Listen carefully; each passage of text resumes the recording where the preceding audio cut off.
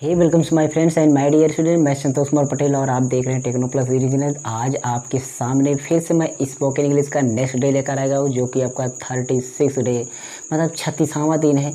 आपके spoken English free batch का ये 36वां दिन में हम प्रीपोजिशन का सेकंड पार्ट लेकर चलेंगे।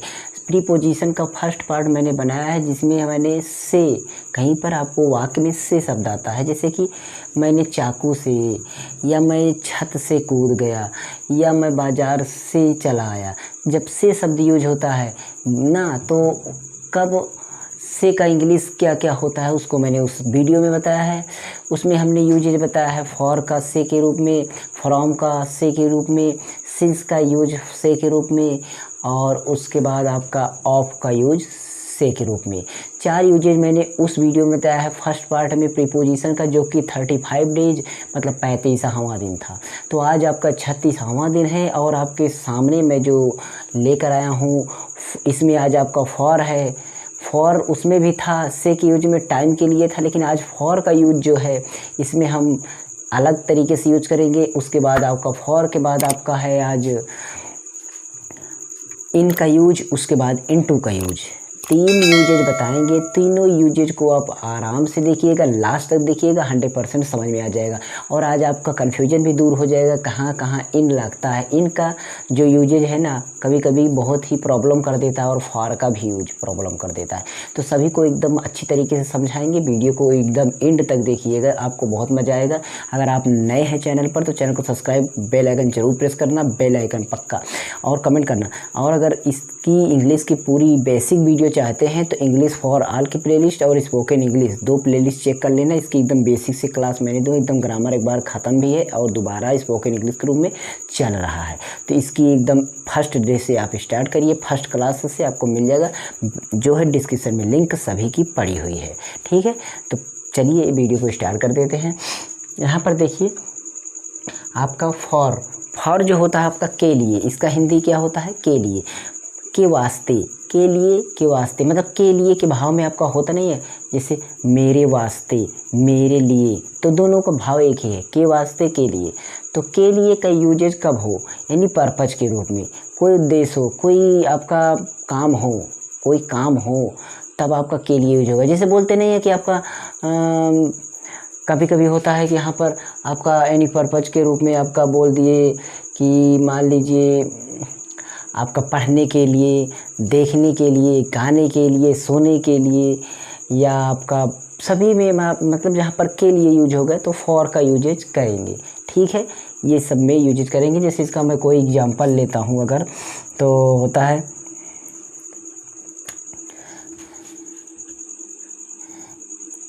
मैंने ये तुम्हारे लिए, मैंने ये तुम्हारे लिए किया, मैंने ये तुम्हारे लिए किया। तो इसका ट्रांसलेशन क्या हो जाएगा? आई डिड इट, मतलब मैंने ये I did it, I did it for, अब यहाँ पर लगेगा फॉर मतलब लिए के लिए, फॉर किसके लिए, उसकी इंग्लिश लिखना है तो फॉर यू, तुम्हारे लिए, फॉर यू। तो इस तरीके से हो गया।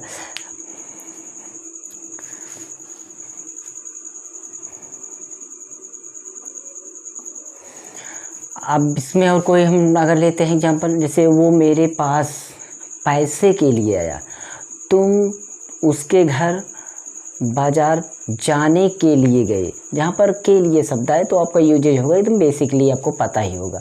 तो चलिए हम कोई और लेते हैं। यहाँ पर अगला है किसी के बदले कुछ, किसी को बदल करके कोई चीज़ लिया जाए, दिया जाए, यानी एक्सचेंज। फॉर किसके लिए? एक्सचेंज के लिए। एक्सचेंज जब हम करें कोई चीज़ तब हम फॉर का यूजेज करेंगे। तो उसके लिए आपको क्या करना है, जैसे कि मैंने 20 रुपये की कलम ली, मैंने 20 रुपये की कलम ली, तो क्या हुआ कि मैंने 20 रुपये को दिया, उसको मतलब उसके बदले मैंने कलम ली है, 20 रुपये को दिया, उसके बदले मैंने कलम ली है, तब ये यूजेज हो रहा है आपका क्या? आपका फॉर का यूजेज होगा। जैसे मैं कोई ट्रांसलेशन मतलब कोई एग्जाम्पल लेता हूँ,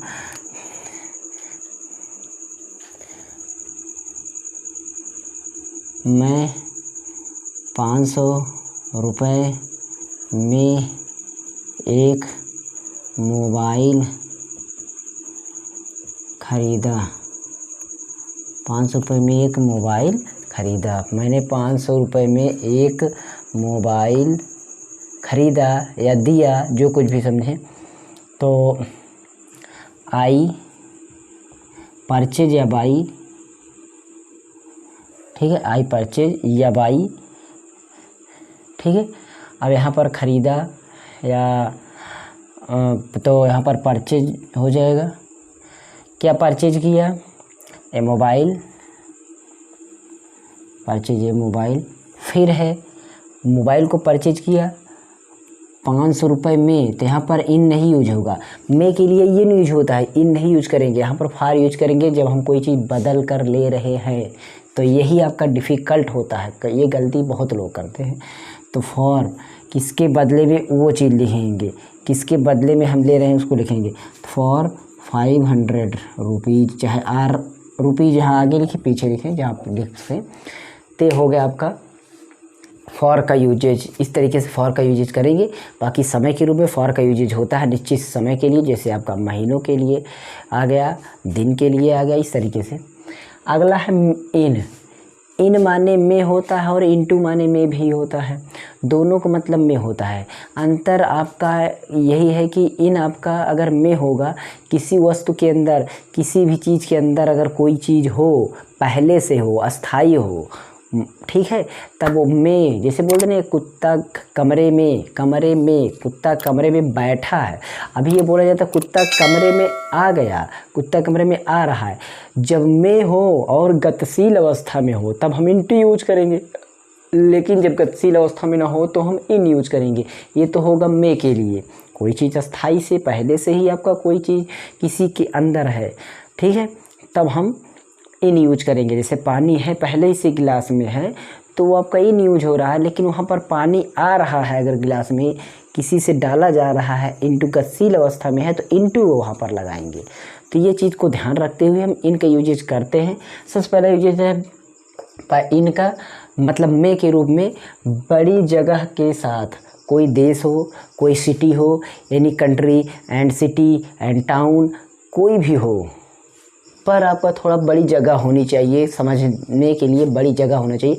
तो एक देश क्या होता है? बड़ी जगह होती है। शहर क्या होता है? बड़ा जगह होता है। सिटी क्या होता है? बड़ी जगह होता है। टाउन, ये सब क्या है? मतलब आपस में एक बड़ा एरिया होता है। तो बड़ा सा क्षेत्र हो, बड़ा सा स्थान हो, उसमें हम इनका यूजेज करेंगे, ठीक है। एग्जाम्पल के रूप में कुछ हम लेते हैं अगर, तो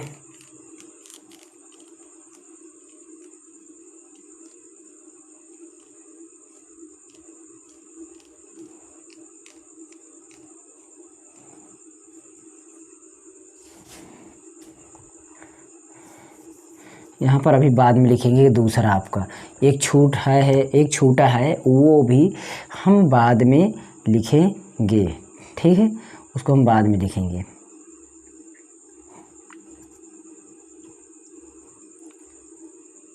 मैं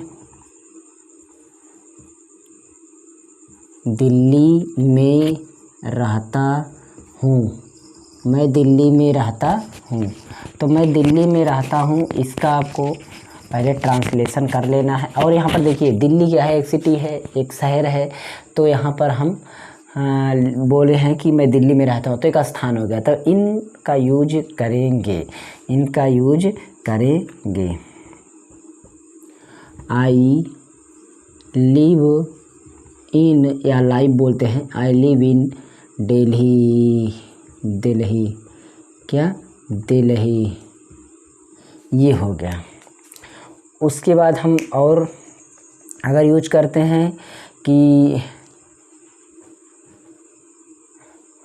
वह अमेरिका में पढ़ाई करेगा, वह अमेरिका में पढ़ाई करता है, या वह अमेरिका में, मतलब कुछ बड़ा सा शहर का नाम, कंट्री का नाम लेते हैं, तब भी यूज करेंगे, तब भी हम यूज करेंगे, ठीक है।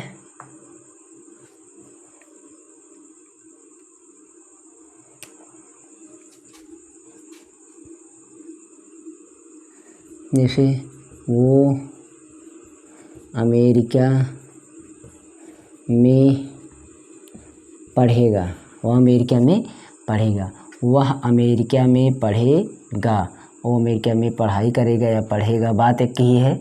आप दोनों को वही रूप में यूज कर सकते हैं।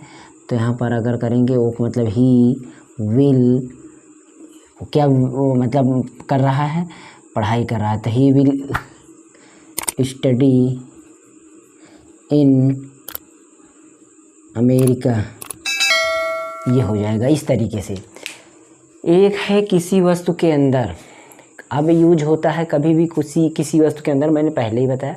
बस मतलब कंडीशन ये होनी चाहिए कि वो चीज़ अस्थाई हो, रुकी हो, गतिशील अवस्था में ना हो, चलती फिरती ना हो, तब उसमें में अस्थाई रूप से हो, तब हम में किसी वस्तु के अंदर वस्तु हो, किसी भी चीज़ के अंदर हो, तब हम यूज करेंगे आपका इन का यूज करेंगे। जैसे इसमें का ट्रांसलेशन अगर करते हैं,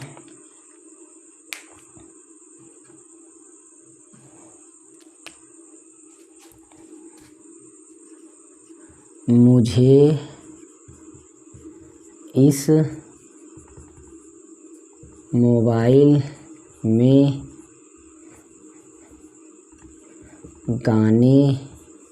मुझे इस मोबाइल में गाने नहीं मिला।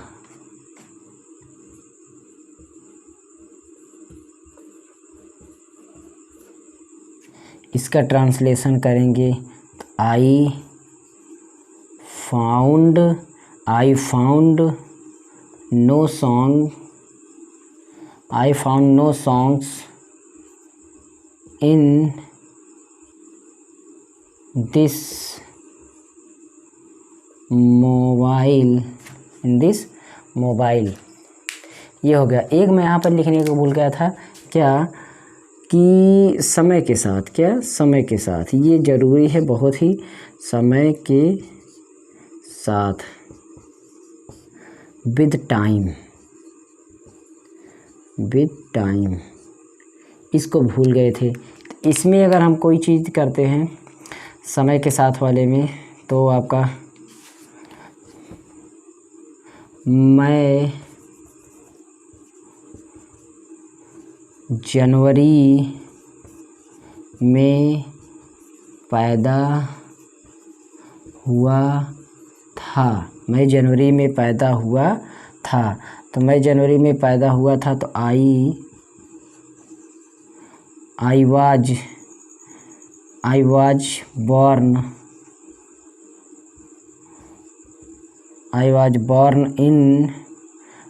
बॉर्न इन जनवरी, यानी जनवरी। ये हो गया।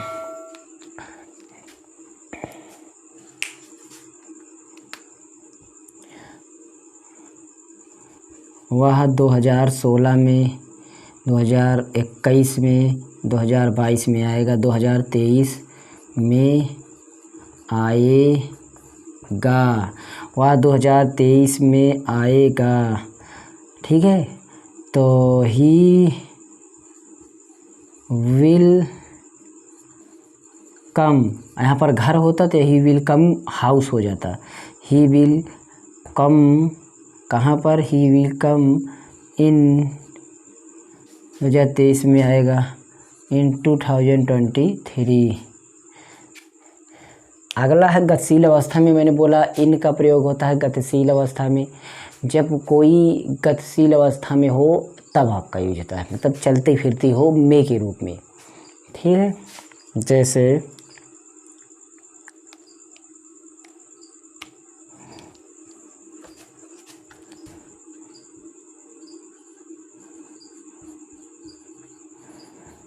कॉफ़ी को कप में डालो,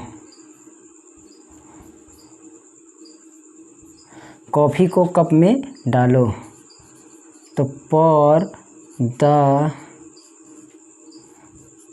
coffee into the cup। ठीक है,